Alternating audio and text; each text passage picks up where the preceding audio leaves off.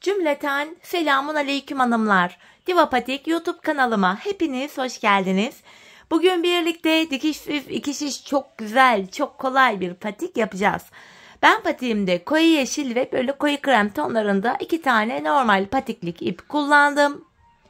Şişlerim 3 numara hanımlar. Hemen modelimi de göstereceğim. İşte modelimiz bu şekilde. Baştan sona 2 şiş ile yapmış olduğum dikişsiz modelim. Bu şekilde. Tabanımız yine gördüğünüz gibi. Patiğimizin topuk kısmı böyle. Çok güzel, çok şık, güzel bir patik oldu.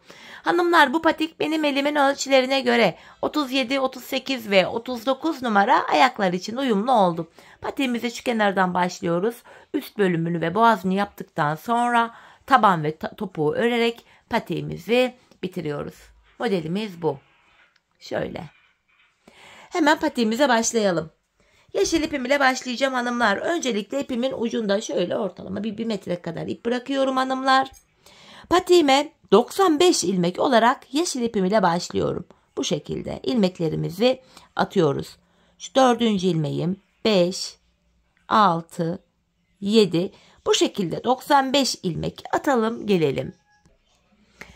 Evet hanımlar, 95 ilmeğimi attım geldim. Şimdi geri dönüyoruz. Bakın, geri döndüğümüzde arka yüzdeyiz hanımlar. Şöyle ters taraftayız. Bu aşamada kenar ilmeğini örmeden alacağım. İlmeklerimi sırasıyla ters olarak öreceğim. İlk sırada ilmeklerimizi ters örüyoruz. Şu ipimiz de burada beklesin. Taban yaparken yine aynı ipi kullanacağız hanımlar. O ipin bir zararı yok. Bu şekilde ilmeklerimizi ters olarak sıra sonuna kadar örelim gelelim hanımlar. Evet hanımlar, sıra sonuna kadar ilmeklerimi ters ördüm geldim. Şimdi ön yüzdeyiz. Bu krem ipimi ekleyeceğim artık. Bu aşamada hanımlar, renk geçişi olduğu için ilk ilmeğimi örerek başlıyorum. Kenar ilmeğini ördüm. Kenar ilmeğinden sonra yanına 3 ilmek daha öreceğim. Yani kenar ilmeğim ile birlikte burada toplam 4 kremim olacak. Bakın şu şekilde 4 kremim oldu. Hemen bu krem ipimin ucunu da şöyle yeşilime düğümleyeceğim. Patiğimiz sökülmesin, açılmasın diye. Şimdi şöyle baktığımızda hanımlar 4 tane ördük kenar ilmeğimizle birlikte. Yanına 2 ilmek yeşili örmeden alıyorum. 3 tane krem örüyorum. Bakın 3 krem. 2 tane yeşilimi örmeden alıyorum. 3 ilmek krem örüyorum. 2 ilmek yeşili örmeden alıyorum. 3 tane krem örüyorum. 2 yeşilimi örmeden alıyorum. 3 tane krem örüyorum. 2 yeşilimi örmeden alıyorum. 3 tane krem. Sıra sonuna kadar ilmeklerimizi bu şekilde öreceğiz hanımlar. Sıra sonuna kadar tamamlayalım gelelim. Sıra sonuna kadar ördüm hanımlar. Son 4 ilmeğim krem ile örüldü. İlk başta olduğu gibi. Şimdi geri dönüyorum. Tekrar arka yüzdeyiz. Bu aşamada kenar ilmeğini örmeden alıyorum. Krem ilmeklerimi haroşa, yani düz örüyorum. İpimi kendime doğru aldım. Bu 2 yeşil ilmeği yine örmeden sağ şişime alıyorum. Krem ilmeklerimi düz örüyorum. İpi arka yüze doğru alıp yeşillerimi örmeden sağ şişime alıyorum. Kremlerimizi düz örerken yeşillerimizi örmeden sağ şişimize alıyoruz. Bakın hanımlar, şeklimiz bu. Sıra sonuna kadar ilmeklerimizi bu şekil örelim gelelim. Sıra sonuna kadar ilmeklerimi ördüm geldim hanımlar. Şimdi ön yüzdeyiz. Renk geçişi yapacağım. Yeşil ipimi alıyorum. Bakın, burada krem ile ilk desenimizi kurmuş olduk. Şimdi yeşil ile yapacağımız işlem şu. İlmeklerimi düz örüyorum. Bakın, kremlerimi düz olarak örüyorum. Şöyle aralarda 2 tane yeşilim var. Bu 2 yeşili birbiriyle yer değiştirerek öreceğim. Bakın, ikinci yeşilim ile ilk yeşilimi şöyle yer değiştiriyorum. Sırasıyla ilmeklerimi örüyorum. Bir nevi 2 ilmek ile burgu yapıyoruz. Yine krem ilmeklerimi düz örüyorum. Bu 2 tane yeşil ilmeğim var. Yer değiştirerek örüyorum. Bakın, şöyle ilmekleri yer değiştirdim. Sonra sırasıyla yer değiştirdiğim ilmeklerimi düz örüyorum. Böyle. Tekrardan yeşillerimi yer değiştiriyorum. Sırasıyla bu ilmeklerimi örüyorum. Şöyle. Ardından 3 tane krem ilmeğimi normal düz örüyorum. Kremleri düz örerken aralardaki 2 yeşili yer değiştirerek örüyoruz hanımlar. Sıra sonuna kadar modelimizi yapalım gelelim. Sıra sonuna kadar modelimi yaptım geldim hanımlar. Şimdi yeniden geri dönüyorum. Arka yüzde ilmeklerimizin tamamını ters öreceğiz yeşil ipimiz ile. Kenar ilmeğini örmeden alıyorum. İlmeklerimizin tamamını sıra sonuna kadar ters olarak örelim gelelim hanımlar. Sıra sonuna kadar ilmeklerimi ters ördüm geldim hanımlar. Bakın yeniden ön yüzdeyiz. İlk modelimizi yaptık. Bakın bir tane krem renkli desenimiz oluştu. Şimdi ikinci modeli yapacağız yine aynı şekilde. Tekrar krem ipimizi alıyoruz. İlk modeli nasıl yaptıysak ikinci de aynı şekilde yapılıyor. Kenar ilmeğini ördüm. Kenara yine toplam kenar ilmeği ile birlikte 4 krem örerek başladım. 2 yeşili örmeden sağ şişimi alıyorum. Devamında 3 kremi örüyoruz. 2 yeşili örmeden alıyoruz. 3 krem örüyoruz. 2 yeşil örmeden alıyoruz. Bu şekilde sıra sonuna kadar öreceğiz. Arka yüze döndüğümüzde yine kremleri düz öreceğiz. Yeşilleri örmeden alacağız. Sonrasında tekrar yeşil ipimize geçeceğiz ön yüzde. Kremleri düz öreceğiz. Bu aralardaki 2 yeşili ön yüzde ilmekleri yer değiştirerek öreceğiz. Arka yüzde ilmekleri yeşil ile ters öreceğiz. İlk yaptığımız modelin aynısını ikinci kez yine tekrarlayacağız.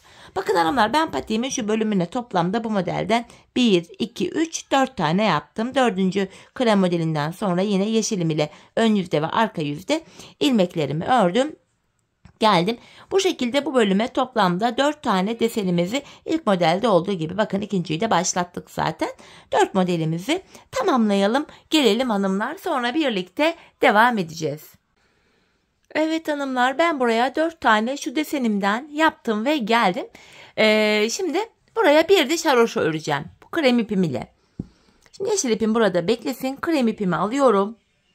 İlmeklerimi krem ipim ile düz olarak, yani haroşa olarak sıra sonuna kadar örüyorum. Bu şekilde. Hanımlar, sıra sonuna kadar bu şekilde ilmekleri düz örelim. Ardından arka yüzde yine ilmeklerin tamamını düz olarak örelim. Tekrar bu ön yüzde buluşalım. Evet hanımlar, gördüğünüz üzere krem ipim ile buraya bir diş haroşamı ördüm ve geldim.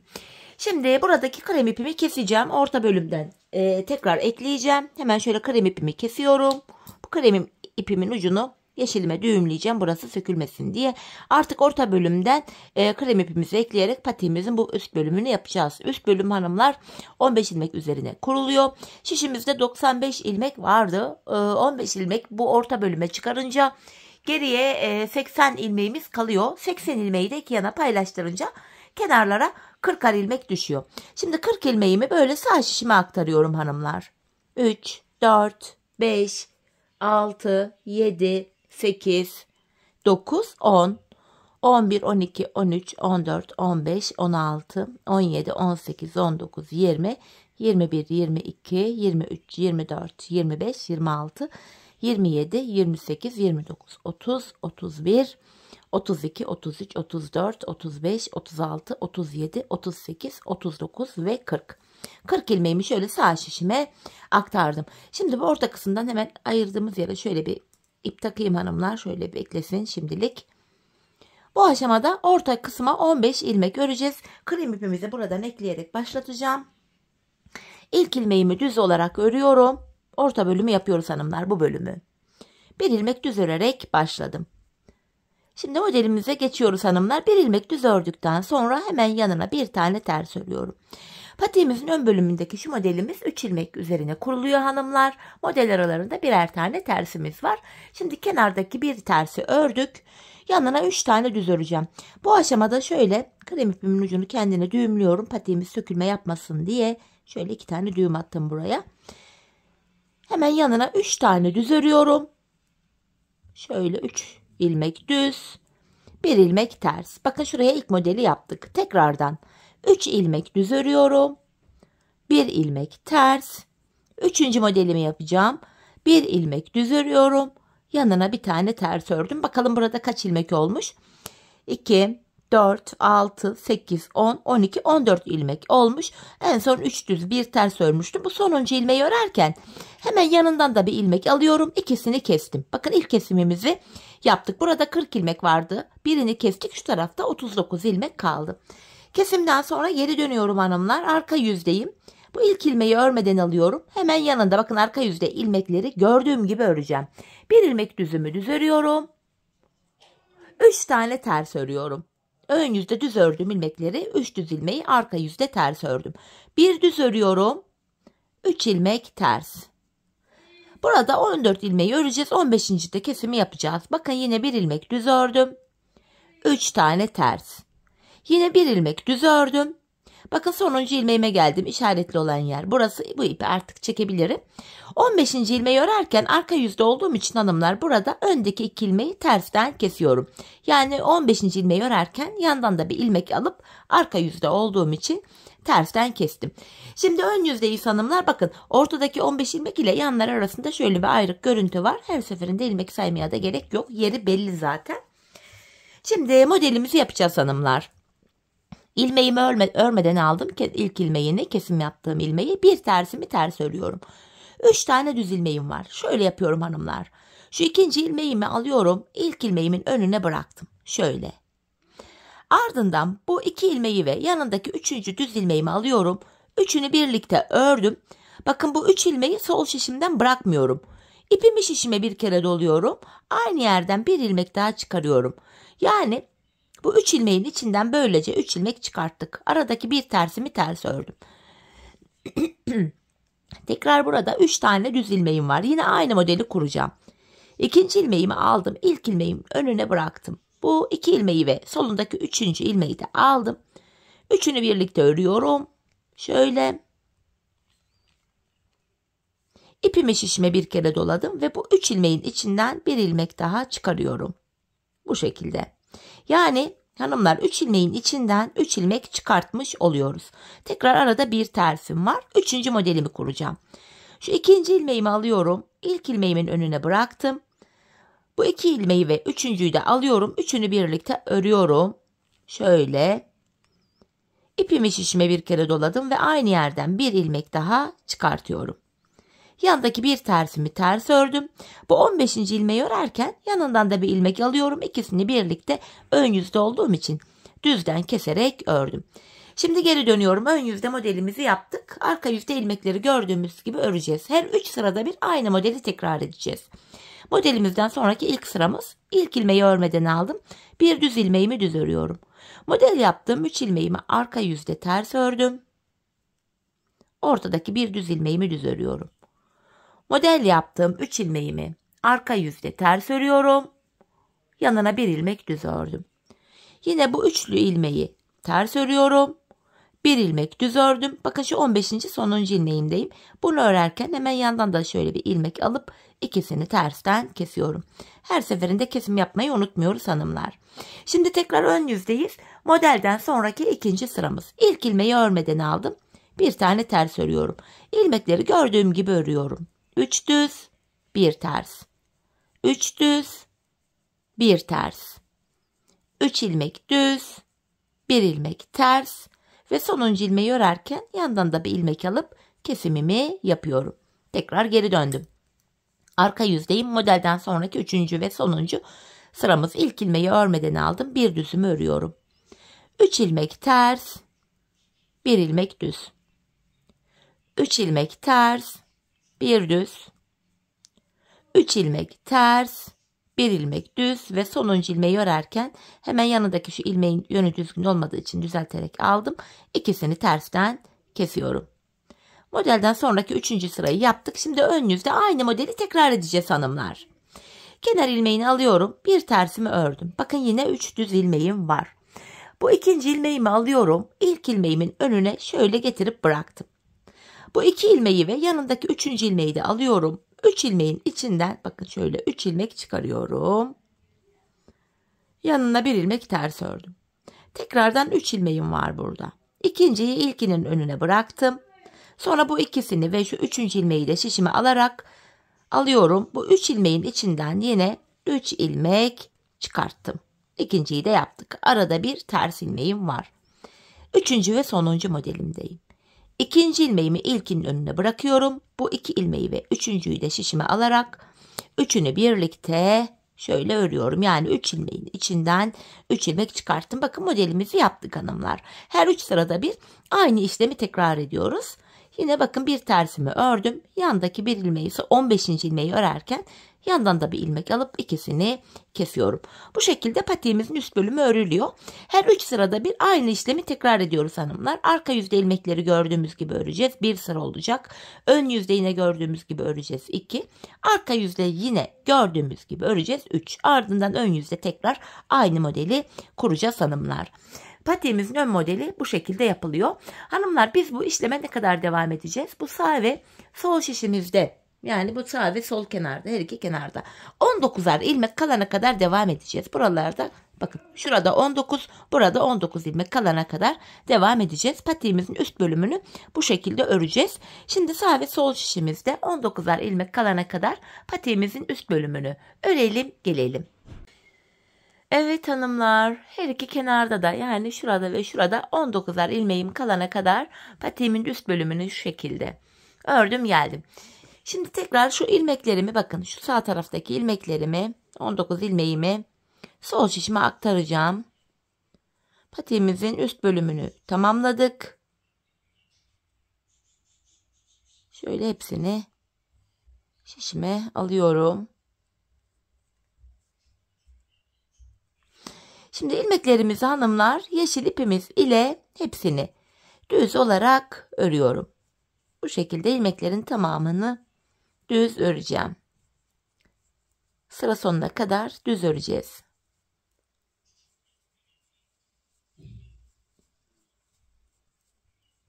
Şurada kalan krem ipimi de hanımlar şöyle keseceğim. Buraya düğümleyeceğim. Patiğimizin devamında artık sadece yeşil ipimizi kullanacağız. Şöyle ipimi kestim, ucunu buraya düğümlüyorum. Şimdi hanımlar ilmeklerimizin hepsini şöyle sıra sonuna kadar yeşil ipimiz ile bu şekilde düz olarak örelim gelelim. Sıra sonuna kadar ilmeklerimi düz olarak ördüm geldim hanımlar. Şimdi geri dönüyorum. Patiğimizin bilek bölümündeki bu lastiğe başlayacağız. Bir düz bir ters lastik uygulaması yapacağım. Kenar ilmeğini örmeden alıyorum. Hanımlar şöyle yapacağım. Bir ters, bir ilmek düz. Bir ilmek ters, bir ilmek düz. Bir ilmek ters, bir ilmek düz. Bu şekilde ilmeklerimizi bir ters bir düz olacak şekilde sıra sonuna kadar örelim gelelim. Evet hanımlar, sıra sonuna kadar ilmeklerimi bir düz bir ters olacak şekilde ördüm geldim. Bu aşamada bilek bölümünde burada da 53 ilmeğimiz oldu. İlk sıra lastiğimizi arka yüzde ördük. Ön yüzde yine lastiğe devam edeceğiz. İlmekleri gördüğümüz gibi öreceğiz. Bakın kenar ilmeğini alıyorum. Burada bir düz ilmeğim var. Düz örüyorum. Ters ilmeğimi ters örüyorum. İlmekleri gördüğümüz gibi örüyoruz. Ön yüzde lastiğimizin ikinci sırasını bu şekilde yapıyoruz. Düz ilmeklerimizi düz, ters ilmeklerimizi ters örüyoruz. Bu şekilde lastiğimizde ikinci sıradayız. Ön yüzde tamamlayacağız. Arka yüzde yine lastik örmeye devam edeceğiz. 3 sıra olacak. Ön yüzde yine yapacağız. 4 sıra derken ben bu patiğimin şu bilek bölümüne toplamda 9 sıra lastik ördüm hanımlar. Bilek bölümünü daha yüksek yapmak isteyenler buraya daha fazla sayıda lastik yapabilirler. Bu sizin tamamen keyfinize, isteğinize bağlı. Şimdi hep birlikte patiğimizin bu boğaz kısmını, lastiğimizi tamamlayalım gelelim hanımlar. Evet hanımlar, 9 sıra lastiğimi ördüm geldim. Şimdi de ilmeklerimi keseceğim. İkişer ikişer toplayarak kesim işlemini gerçekleştiriyoruz bu şekilde. Hanımlar, çok sıkı bir kesim yapmayalım. Biraz esnek olsun. Hani bu bölüm bilek tarafı olduğu için hani ayak rahat girsin diye, esnek olsun diye böyle hafif esnek bir kesim yapmakta fayda var. Bu şekilde. Sıra sonuna kadar ilmeklerimizi keselim gelelim. Evet hanımlar, ilmeklerimi sıra sonuna kadar hepsini kestim. En son şu kenarımız sağlam olsun diye şöyle bir iki zincir atıp ipimi kesiyorum. Patiğimizin boğaz kısmını böylece tamamladık hanımlar. Bakın gayet esnek, ayak rahat gelecek şekilde kesimimizi yaptım. Şimdi patiğimizin tabanına geçeceğiz hanımlar. Tabanında kullanacağız demiştim. Şöyle başlangıçta bir ipimiz kalmıştı. Yeşil ipimi buna şöyle düğümleyeceğim. Bu aşamada sizler misinalı şiş kullanabilirsiniz. Ben yine bu uzun şişlerle yapmaya devam edeceğim. Hemen şu ipin geldiği ilk kenar ilmek yerine girerek buralardan ilmekler çıkaracağız hanımlar. Bakın ön yüzden şu kenardan itibaren ilmekler çıkaracağız. Sırasıyla başlangıç yerlerine girerek ilmek çıkarıyoruz. Hanımlar, başlangıç yerine ilmeğin iki kanadına birden giriyoruz. Bakın, ilmeğin iki kanadına birden girerek sırasıyla buralardan ilmekler çıkarıyorum. Şöyle. Patiğimize 95 ilmek olarak başlamıştık. 95 ilmek başladığımız yerden bu şekilde 95 ilmek çıkaracağız. Şu diğer uca kadar bu şekilde ilmeklerimizi çıkaralım, gelelim. Evet hanımlar, diğer uca kadar toplamda 95 ilmeğimi çıkarttım, geldim. Böyle düz şişe taktığım için burası kırış kırış görünüyor, fakat taban örüldükçe burası tekrar açılacak. Şimdi tekrar geri dönüyorum hanımlar. Arka yüzdeyim. Arka yüzde kenar ilmeğini örmeden alıyorum. İlmeklerimi haroşa, yani düz olarak örüyorum. Bu şekilde. Sıra sonuna kadar hanımlar ilmeklerimizi haroşa, yani düz olarak örelim, gelelim. Evet hanımlar, sıra sonuna kadar ilmeklerimi ördüm. Bu ön yüze bir diş haroşa oluştu. Şimdi burundan başlayarak tabanını yapacağız. Patiğimizin burun kısmına hanımlar şuraya 9 ilmek olarak başlayacağız. Yanlardan ilmekler ala ala tabanda 15 ilmek olana kadar bu bölümü artıracağız. Sonra 15 ilmek üzerinden kesimleri yapacağız. Öncelikle şişimde 95 ilmeğim vardı. 9 ilmek burun için çıkarınca geriye 86 ilmek kalıyor. 86 ilmeği de iki yana eşit olarak paylaştırınca kenarlara 43'er ilmek düşüyor. Önce tabanımızı yapabilmek için bu ilk sağ kenardan şöyle ön yüzde ilk 43 ilmeğimi haroşa öreceğim hanımlar. Bu şekilde 43 ilmeğimizi bu kenardan haroşa örelim, gelelim. Evet hanımlar, bu kenardan 43 ilmeğimi ördüm. Şimdi patiğimizin burun kısmı için de 9 ilmek daha öreceğim. 1, 2, 3, 4, 5, 6, 7, 8 ve 9. 9 ilmek ördüm. Saydığımızda bu kenarda da 43 ilmek kalıyor. 9 ilmek ördükten sonra geri dönüyorum. Bu bölümde hanımlar ipimiz hep karşıda olacak ve ilk ilmeği örmeden alacağız. Şimdi 9 ilmeğimi tekrar öreceğim. Şu ikinci ilmeğim, 3, 4, 5, 6, 7, 8, 9. Tekrar geri döndüm. 9 ilmek ile buraya bir diş haroşa ördük hanımlar. Şöyle. Şimdi tekrar ipim karşıda, ilk ilmeği örmeden aldım. 9 ilmeğimi örüyorum. 2, 3, 4, 5, 6, 7, 8, 9. Ardından hemen şu kenardan 2 adet ilmeği keserek ortaya ekliyorum. Ortadaki ilmek sayımız böylece 10 oldu. Tekrar geri dönüyorum. İpim karşıda, ilk ilmeğimi yine örmeden alıyorum. 10 ilmeğimi öreceğim. 2, 3, 4, 5, 6, 7, 8, 9, 10. Bu defa yine yan taraftan 2 adet ilmeği keserek ortaya ekledim. Ortada 11 ilmeğimiz oldu. Geri dönüyorum hanımlar. Yine ipim karşıda, ilk ilmeği örmeden aldım. 11 ilmeğimi öreceğim. 3 oldu. 4, 5, 6, 7, 8, 9, 10, 11. Ve yan taraftan yine şu 2 ilmeği keserek örüyorum. Bunu da ortaya ekledik. Böylece ortadaki ilmek sayımız 4, 8, 12 oldu. Geri dönüyorum. Şimdi yine ipim karşıda, ilk ilmeği örmeden aldım. 12 ilmeğimi öreceğim. 3, 4, 5, 6, 7, 8, 9, 10, 11, 12. Ve yine yan taraftan 2 adet ilmeği keserek örüyorum. Bu kesim yaptığım ilmeği de ortaya ekledim. Ortadaki ilmek sayımız 13 oldu. Tekrar geri döndüm. Yine ilk ilmeği örmeden alıyorum. 13 ilmeğimi öreceğim. 4, 5, 6, 7, 8, 9, 10, 11, 12 ve 13. Yine yan taraftan 2 adet ilmeği keserek ortaya ekledim. Ortadaki ilmek sayımız 14 oldu. Geri dönüyorum. Yine ipim karşıda, ilk ilmeği örmeden aldım. 14 ilmeğimi öreceğim. 4 oldu. 5, 6, 7, 8, 9, 10, 11, 12, 13, 14. Yine yan taraftan 2 adet ilmeği keserek ortaya ekledim. Bu defa ortada 15 ilmek oldu. Artık tabanımızı 15 ilmek üzerinden kesmeye başlayacağız hanımlar. Şimdi yapacağımız işlem şöyle. Bu tabanda 15 ilmeğimiz vardı. 14'ünü öreceğiz. 15. de kesimi yapacağız. Yine ipim karşıda, ilk ilmeği örmeden aldım. 2, 3, 4, 5, 6, 7, 8, 9, 10, 11, 12, 13, 14. 15. ilmeği örerken yanından da bir ilmek alıp ikisini keserek örüyorum. Kesimden sonra geri döndüm. İpim karşıda, ilk ilmeği örmeden alıyorum. 14 ilmeğimi yine öreceğim. 3, 4, 5, 6, 7, 8, 9, 10, 11, 12, 13, 14. 15. ilmekte yandan da bir ilmek alıyorum. İkisini kesiyorum. Şimdi tekrar geri döndük. Her seferinde ilmek saymaya gerek yok. Bakın şöyle ayırdığımız anda taban ile kenar arasında ayrık bir görüntü var. Bu tabanda son bir ilmek kalana kadar öreceğiz. Sonuncu ilmeği örerken kesimi yapacağız. Bakın saymadan gideceğim. Yine ipim karşıda, ilk ilmeği örmeden aldım. İlmeklerimi örüyorum.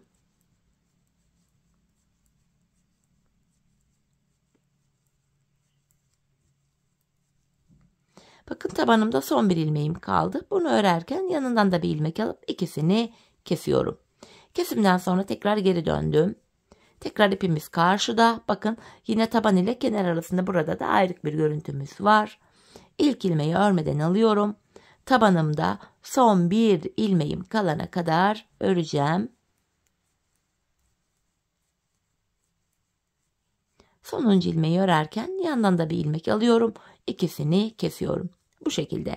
Patiğimizin tabanı hanımlar 15 ilmek üzerinden bu şekilde örülecek. Biz bu kesme işlemine hanımlar şu sağ ve sol taraftaki ilmekler bitene kadar devam edeceğiz. Ve kesim sonunda şişimizde sadece tabanda kullandığımız 15 ilmeğimiz kalacak. Şimdi patiğimizin tabanını bu şekilde örelim gelelim. Evet hanımlar, patiğimin tabanını ördüm geldim. Şişimde sadece 15 ilmek kaldı. Bu 15 ilmekle patiğimizin şu arka bölümünü yapacağız hanımlar. Öncelikle yine ipim karşıda ve ilk ilmeğimi örmeden aldım. Şişimde son 2 ilmeğim kalana kadar öreceğim. Son 2 ilmek kalana kadar. Bu şekilde. Yani 15 ilmek vardı. 13 ilmeğimizi örüyoruz. Son 2 ilmeği keserek örüyorum. 14 ilmek kaldı ve burada bakın ilk kenar ilmek yerim yeşil. Bu yeşil kenar ilmek yerine ilmeğin iki kanadına birden girerek şöyle bir ilmek çıkarıyorum. Böylece tekrar 15 ilmeğimiz oldu. Bu şekilde hem patiğimizin arkasını örmüş oluyoruz hem de arka bölümü şu kenarlara eklemiş oluyoruz. İlmek çıkarttıktan sonra hanımlar geri döndüm. İpim karşıda ve ilk ilmeği örmeden aldım. Tekrar son 2 ilmeğim kalana kadar öreceğim. Bakın son 2 ilmeğim var. İkisini keserek örüyorum.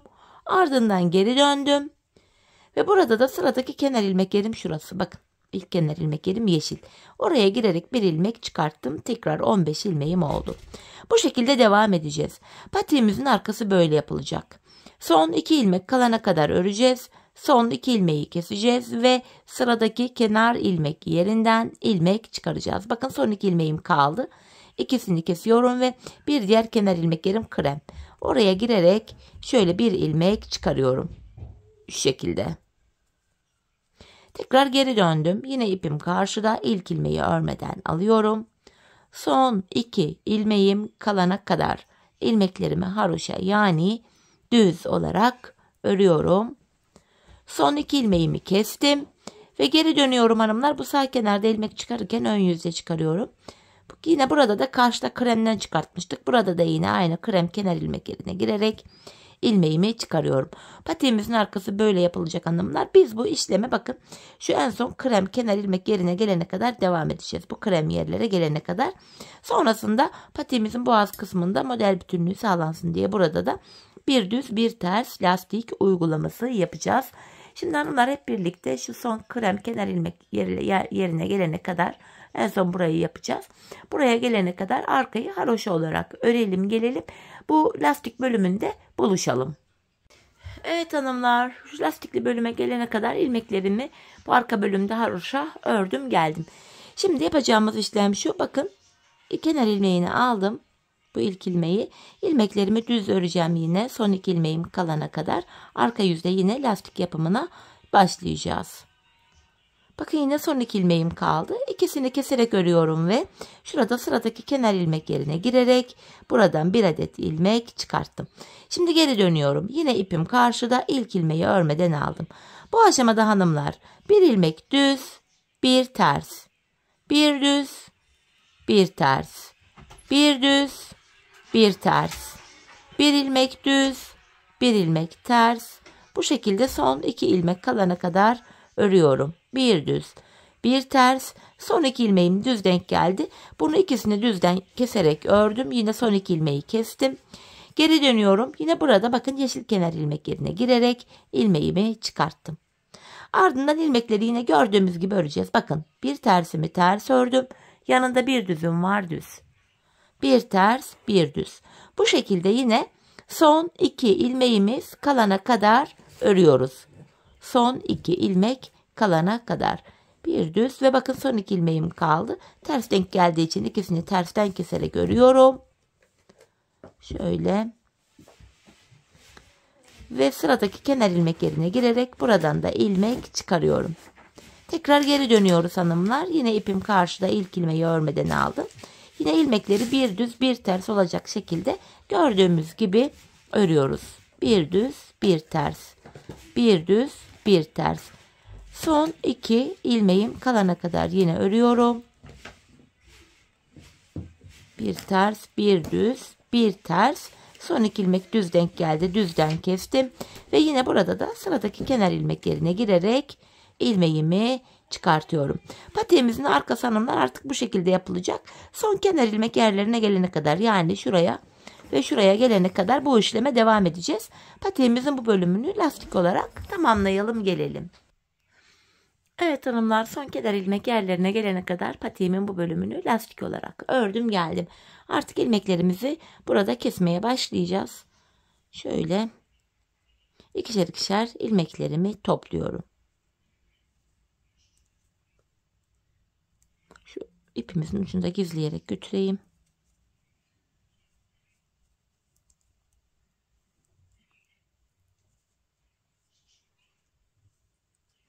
Patiğimizi böylece tamamlamış olduk hanımlar.